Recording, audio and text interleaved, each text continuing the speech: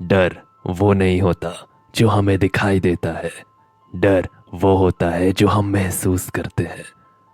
मैं हूं आपका होस्ट सार्थक मिश्रा और आप सुन रहे हैं इस कहानी को हॉरर टाइम पॉडकास्ट में। हॉरर टाइम पॉडकास्ट में आप अपनी कहानियां भेज सकते हैं मुझे इंस्टाग्राम पर फॉलो कर। मेरे इंस्टाग्राम की आईडी है @sarthak_YouTube। चलिए हम आज की कहानी की ओर बढ़ते हैं। सुप्रिया अपने घर आती है।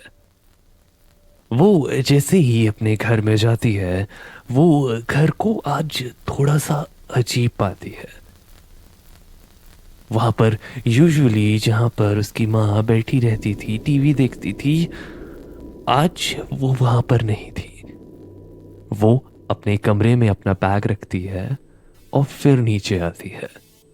यूजुअली इस वक्त तक उसकी मदर वहां पर होती हैं और वो उसके लिए खाना तैयार रखती है। इस बार वहां पर कोई भी नहीं था। उसे ये थोड़ा सा अजीब लगता है। वो उनके बेडरूम में जाती है ये सोचकर कि शायद उसकी मदर भी सो रही होगी। मगर जैसे ही वो वहां पर जाती है, अपना डोर खोलती है, पूरा का पूरा रूम जैसे कि मानो खून से लथपथ होता है। पूरे के पूरे रूम में हर दीवार में सिर्फ और सिर्फ खून होता है। वो बहुत ही ज्यादा डर जाती है क्योंकि उस बेड के ठीक नीचे पड़ी थी उसकी ही मदर की लाश, जो कि ऐसा लग रहा था जैसे कि मानो किसी जानवर ने उसे खाया हो।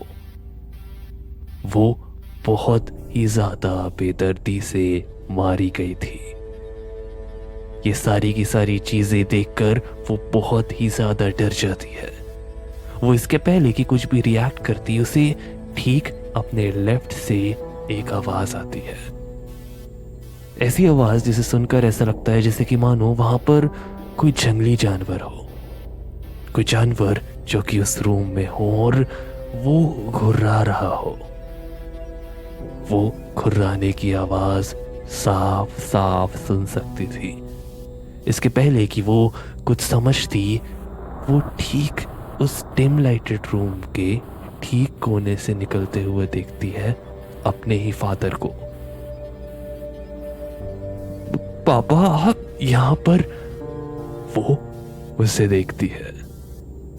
पूरे के पूरे कपड़े उनके खून से लथपथ होते हैं। वो उनकी तरफ देखती है, उसकी आंखों में आंसू रहते हैं, बहुत सारे सवाल रहते हैं, मगर वो अपने फादर की आंखों में वो नॉर्मल कोई फादरली लव नहीं, बल्कि एक गुस्सा देखते हैं।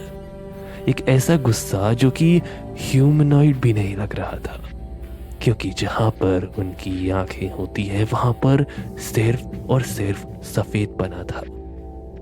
वो एक इंसान नहीं बल्कि एक जानवर की तरह 4 पैरों में चलते हुए धीरे धीरे उस बच्ची के पास आ रहे थे। वो उसका नाम बार बार ले रहे थे और एक शिकार की तरह ही वो उनके लिए थी। इसके पहले कि वो कुछ भी समझ पाती, वो उसके ऊपर एक झपट्टा मारते हैं और सिर्फ पूरा गांव एक चीख सुनता है। गांव के सब वहां पर आते हैं और इस बार वो देखते हैं वहां पर उसी बच्ची की लाश और उसकी माँ की लाश उसी बेडरूम में थी। और ठीक उस बेडरूम के कोने में वही आदमी था। वो उस गांव में नए आए हुए थे, उन्हें इस बारे में कुछ भी नहीं पता था, मगर सब गांव वाले एक दूसरे की तरफ देखे और उसी वक्त उसे उसी रूम में बंद कर दिया गया। उन लोगों ने उसके बाद पूरे के पूरे रूम के अगल बगल केरोसिन छिड़का और उन्होंने उस पूरी की पूरी हट पर ही आग लगा दी। गांव वालों ने सोचा शायद अब हमें बाघ से मुक्ति मिल चुकी है, मगर वो बिल्कुल गलत थे। कुछ एक हफ्ते बाद उसी गांव का एक इंसान फिर से लेक पर जाता है। लेक पर सबको पता था शाम के वक्त किसी को भी नहीं जाना चाहिए, मगर कई बार वो वहां पर ट्रैप लगा देते थे और शाम को जाकर उन ट्रैप्स को निकालते और वो मछलियां अपने घर ले आते। वैसे ही एक इंसान गया था। उसकी वाइफ पूरे गांव में शाम को घूम रही थी उसे ढूंढती हुई। उसने बताया कि वो उसी लेक पर गए हुए थे जहां पर यूजुअली वो ट्रैप लगाते हैं। पूरा गांव वहां पर पहुंचा। वहां पर सिर्फ और सिर्फ उस आदमी की चप्पल थी। पूरा गांव समझ चुका था ये और कोई नहीं बल्कि बाघ ही है जिसने अगेन अपना एक और शिकार सक्सेसफुली खा लिया है। ये बात है आसाम के गांव की। जैसी कई सारी ऐसी घटनाएं होती रहती हैं। एक अर्बन लेजेंड जिसे बाघ के नाम से जाना जाता है, वो ऐसे ही छोटे मोटे तालाबों में पाया जाता है। वो एक ऐसा क्रिएचर है जिसे मछलियां बहुत ज्यादा पसंद है।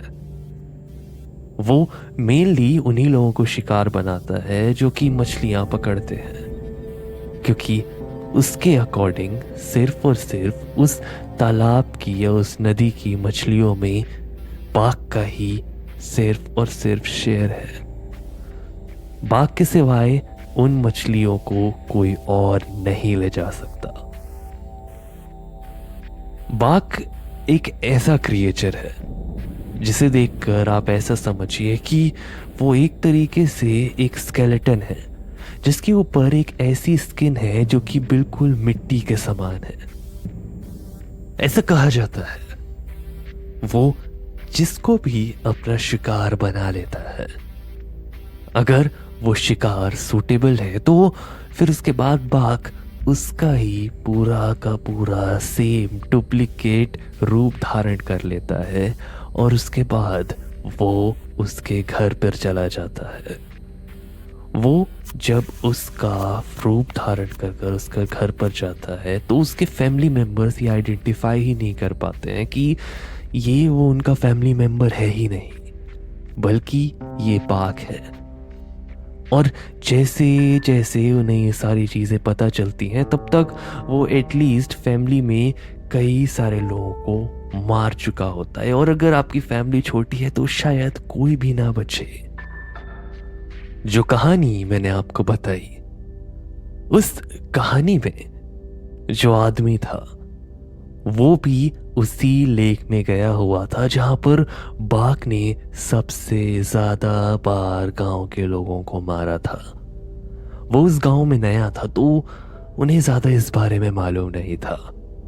वो जब शाम को गांव में गए और वो अपनी बोट में थे, वो बोट में बस अपने ट्रैप्स निकाल रहे थे कि तभी उन्हें ऐसा लगा जैसे कि मानो पानी में कुछ हलचल हो रही है। वो इसके पहले कि कुछ भी समझते, वो छोटी सी बोट पूरी पलट जाती है अपने आप। वो पानी में गिर जाते हैं। वो ऊपर आते हैं, वो स्विम कर सकते थे और वो इसे सिर्फ और सिर्फ एक अपनी खराब किस्मत समझकर बस जैसे ही कोने की ओर जा रहे होते हैं, उन्हें ऐसा लगता है जैसे कि मानो उनकी पांव को किसी ने जकड़ लिया है। वो पीछे पलटते हैं। वो पहले तो कुछ समझ ही नहीं पाते। वो नीचे पांव की ओर देखने की कोशिश करते हैं मगर पानी भी उतना साफ नहीं होता। मगर जब वो हाथ उन्हें पानी के अंदर खींचता है तब वो पानी के अंदर देखते हैं एक ऐसा क्रिएचर जो कि देखकर ऐसा लगता है जैसे कि मानो एक ह्यूमनॉइड फिगर है, मगर सिर्फ और सिर्फ उसकी स्किन को टच से ही महसूस कर सकते हैं कि वो तो बिल्कुल ही मिट्टी है। उसके बाल कंधे तक आ रहे होते हैं और वो बाल भी देखकर ऐसा लगता है जैसे कि मानो कई साल से बस मिट्टी में ही लथपथ है। चेहरा ऐसा कि कोई उसे देख भी ना पाए, बहुत ही ज्यादा भयानक। वो इसे देखकर ऊपर की ओर आते हैं, वो अपनी सांसों को कंट्रोल करते हैं, वो बस जल्द से जल्द यहां से भागने की कोशिश करते हैं। मगर वो कई सारे गांव वालों की तरह ही ये करने में असफल होते हैं। वो उस घर जाता है। वो उसके घर जाने के बाद मौका मिलते ही पहले तो उसकी बीवी को बहुत ही ज्यादा बेदर्दी से मार डालता है और फिर उसकी बेटी को भी।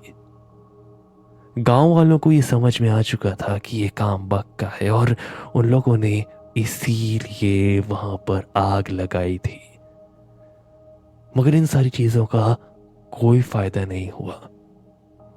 बक आज भी जिंदा है। कई सारे लोग आसाम में आज भी बक से डरते हैं। वो आज भी तालाब से दूर रहते हैं। वो आज भी मानते हैं कि तालाब और ऐसी रिवर्स में सिर्फ और सिर्फ बक का हाथ है। और जो लोग बहुत ही ज्यादा डेयरिंग है वो जाते हैं हर दिन। कई सारे लोग जाते हैं, कई सारे लोग वापस भी आते हैं, मगर कई सारे लोग सिर्फ और सिर्फ बक के पास ही रह जाते हैं।